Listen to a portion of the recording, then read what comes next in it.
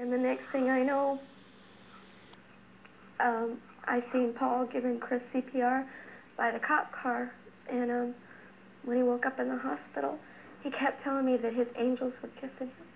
Did you have angels? Bubba, by the way, is the nickname for Gerald, right. your little brother. What do you remember about the fire, Christopher?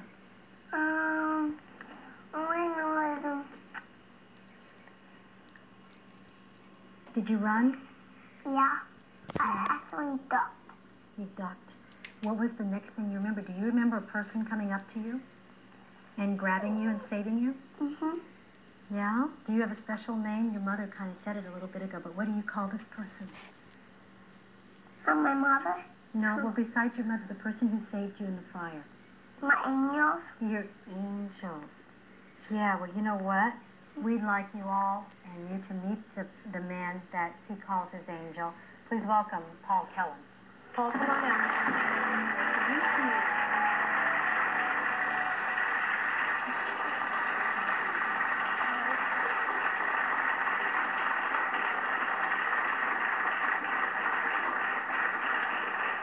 Paul, thank you for what you've done.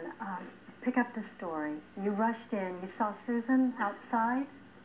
I was her neighbor at the time. It was March 2nd. I heard her screaming she said, my babies are all dying. So I got up from a dead sleep, ran outside, threw on some clothes. Ran up to the house. It was in flames, and there was two other people that responded first. One was Vince Sanders, and the other was David Franklin. And they had already taken turns trying to search the burning trailer house.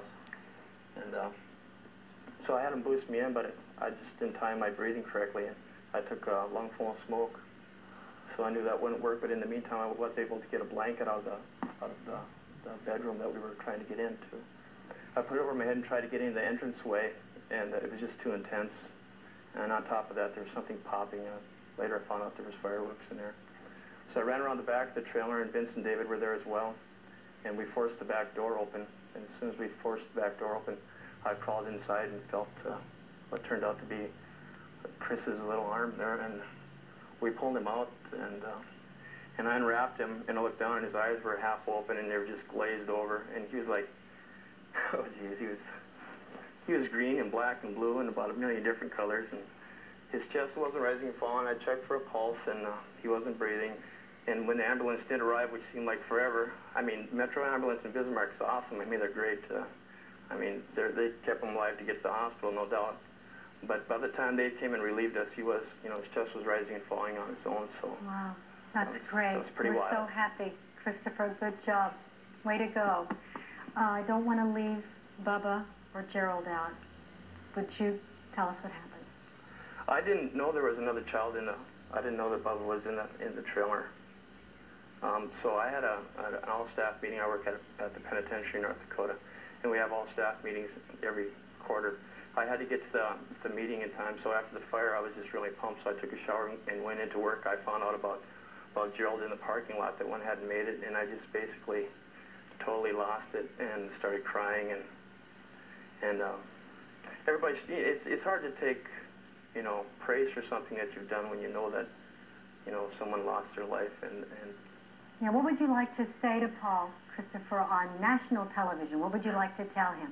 Oh, that's great. Well, with us is a regular visitor to our show. This is Sylvia Paul.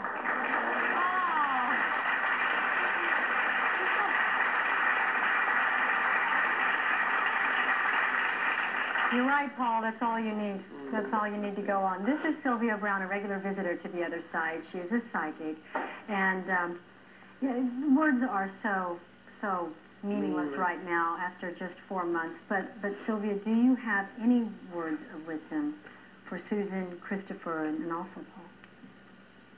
Well, I think the fact that her son is still around her, and the amazing thing about with her son, he had a habit of kind of coming up and touching your face like this all the time. And he still does this. Do you know what I mean? Gerald, yeah. And so I'm surprised if you wouldn't be able to feel that. You see what I'm saying? And I mean, that feeling of this, that to, do you feel that? Yes. Which shows that, of course, nothing's ever lost in this life, not in God's time. they're just in a different dimension than we are. Thank you, Sylvia. Coming up next, we're going to meet someone